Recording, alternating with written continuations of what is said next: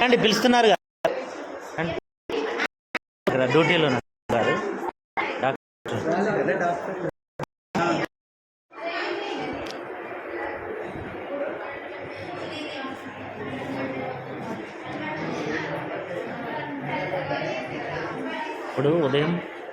ఇప్పుడు ఉదయం 10 గంటలైంది. ఇప్పటి వరకు కంటి విభాగంలో ఎవరు డాక్టర్లు లేరు.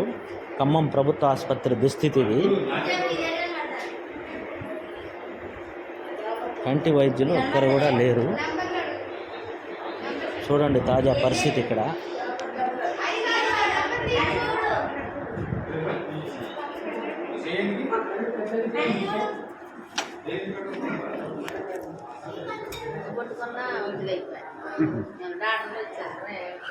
అదేమంటే హాస్పిటల్ ఉన్నారంట, ఆపరేషన్ థియేటర్లో ఉన్నారంట.